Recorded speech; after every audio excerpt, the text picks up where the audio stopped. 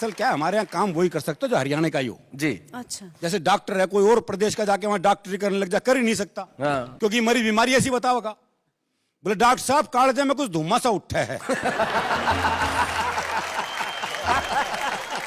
और डॉक्टर भी कमाल है। वो एक डॉक्टर एक मरीज का चेकअप कर रहा था, देखा उसकी दोनों टांगे नीली पड़ गई। बोले ओहो जहर चढ़ रहा है भाई, टांगे काटनी पड़ेंगी। दोनों टांगे काटी गई साहब, नकली टांग लगवाई गई। देखा कुछ दिन बाद नकली टांग भी नीली पड़ गई। हाँ। बोले ओहो तुम्हारी तो जीन्स ही रंग छोड़ती है। वो एक आदमी का मुकदमा चल रहा था, तो भाई ने अपना वकील नहीं किया। अच्छा। बोले अपनी वकालत खुद ही करूंगा। अब बोला जज साहब हमारे बीच में झगड़ा हो गया कसूत्ता। कसूत्ता। अब जज की कुछ समझ में नहीं आया। बोले भाई तुम क्या कह रहे हो, मेरी समझ में नहीं आ रहा, तुम अपने लिए कोई वकील कर लो। है बोले समझ में तेरे नहीं आ रहा और वकील मैं कर लूं। तो ये हरियाणा की अलग मस्ती है जी। जी। आइए मस्ती से कविता की ओर चलते हैं जी। एक कविता आपको सुनाता हूं। युद्ध से मैंने एक हास्य की कविता निकाली है। युद्ध वीर रस का विषय है या करुण रस का, लेकिन मैंने कोशिश की उसमें से हास्य रस निकालने की।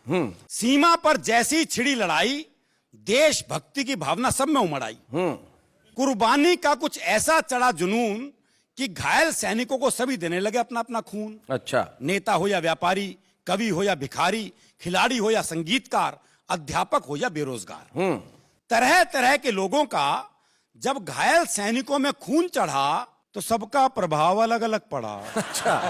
एक भिखारी का खून जब सैनिक के शरीर में गरमाया तो वो दुश्मन का गिरेबान पकड़ के गिड़गिड़ाया, जरा इस तरफ भी ध्यान दे दे, दे दे ऊपर वाले के नाम पे अपनी जान दे दे। इतना कहकर जैसी उसने जान ली, दूसरे दुश्मन ने उसकी नियत फौरन पहचान ली। वो वापस नियंत्रण रेखा की तरफ भाग चला। हमारा सैनिक बोला जो दे उसका भी भला, जो ना दे उसका भी भला। कवि का खून चढ़े सैनिक ने जब दुश्मन को अपने चुंगल में फंसाया तो दुश्मन गिड़गिड़ाया, माफ कर दो माफ कर दो। सैनिक बोला जाओ तुम्हें माफ किया। इतना कह के पहले तो उसने बंदूक की नाल साफ करने वाले ब्रश से दुश्मन का कान साफ किया। अच्छा। फिर अपनी कविताओं का बारूदी पुलिंदा बंदूक की जगह अपनी जुबान में भरा। अच्छा। और दाग दिए 12 दोहे 24 कविताएं और 36 चौपाई। अच्छा है, वाह वाह वाह वाह। और दाग दिए 12 दोहे 24 कविताएं और 36 चौपाई। और जब तक उसके प्राण नहीं निकले उससे तालियां बजवाई।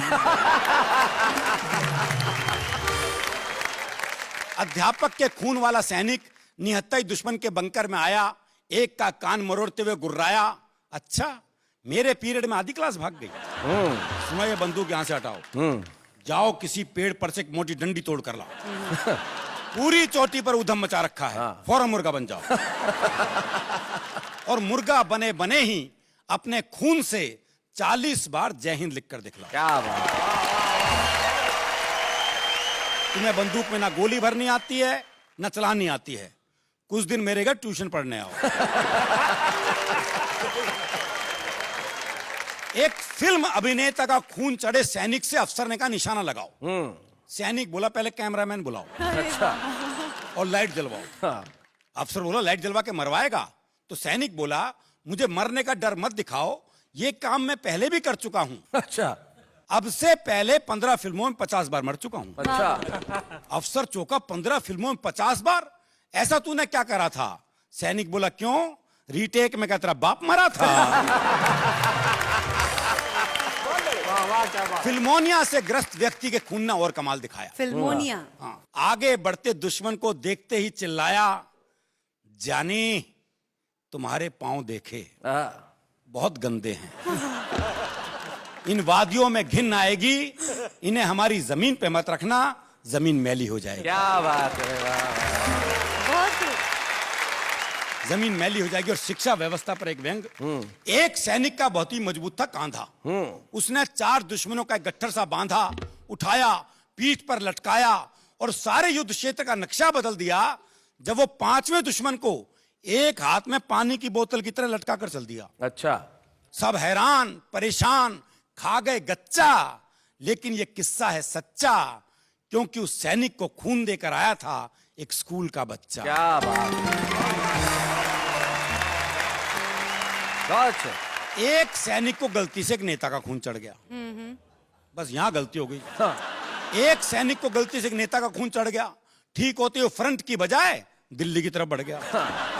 उसे फ्रंट का मतलब समझाया गया और सीधा कारगिल भिजवाया गया। वहां तोपों को देखते ही उसका कलेजा हिला। अच्छा, यही हो वो फोर्स तोप जिसका कमीशन मुझे आज तक नहीं मिला। चल छोड़, अभी इस चक्कर में क्या पढ़ना है। फिर अफसर से बोला, अच्छा बताओ मुझे किस चुनाव क्षेत्र से लड़ना है। अफसर ने कहा द्रास। वो बोला, क्या कहा? मद्रास? मुझे तो उत्तर भारत में कहीं से लड़ा दो। अफसर गुस्से में बोला, इसे सीधा टाइगर हिल पे चढ़ा दो। वो सिर फिरा, चढ़ते चढ़ते कई बार गिरा। इस दृश्य का आप लोग आनंद ले जी।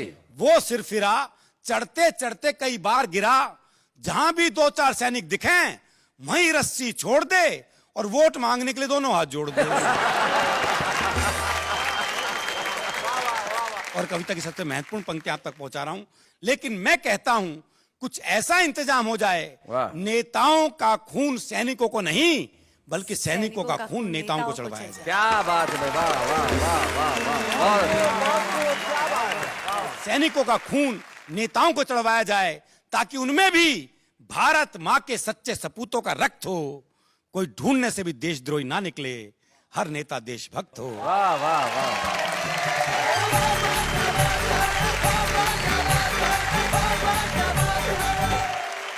भाई क्या बात है, अरुण जैमिनी ने बिल्कुल, और अरुण जैमिनी नहीं, देश के हर कवि ने जब भी कोई कविता लिखी तो सबसे पहले उन्होंने यही सोचा कि हम जनता को जरूर हंसाएं लेकिन मुल्क की बात हमारे लिए सबसे महत्वपूर्ण है। तब 2 शेर मुझे एक शायर के याद आते हैं जो मैं इन सब कवियों के नाम करता हूं। टूटने और बिखरने का चलन मांग लिया, हमने हालात से शीशे का बदन मांग लिया, हम भी खड़े थे तकदीर के दरवाजे पे, लोग दौलत पे गिरे, हमने वतन मांग लिया।